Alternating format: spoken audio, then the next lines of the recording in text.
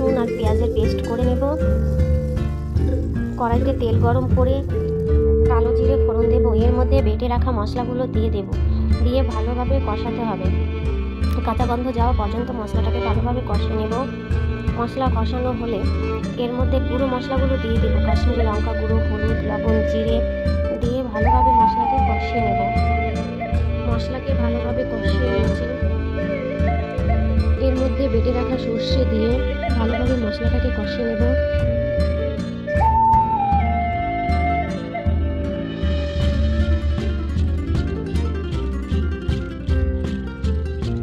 আমি এখানে 5 পিস মাছ নিয়েছি, মাছগুলোতে হলুদ লবণ মাখিয়ে রেখেছিলাম।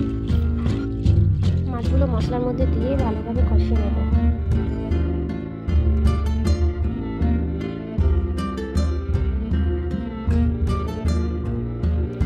মাছগুলোকে হালকাভাবে নেড়ে নিতে হবে, না তো ভেঙে যাবে।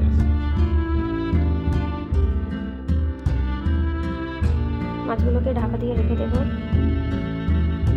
মাছের পিসগুলোকে একটা একটা করে উল্টে দিতে হবে,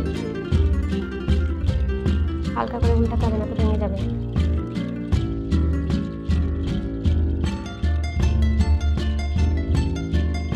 পরিমাণ মতো জল দিয়ে দেব।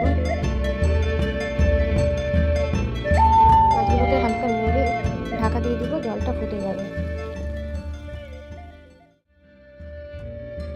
কাঁচা লঙ্কার মধ্যে কাঁচা লঙ্কাগুলো দিয়ে দেব।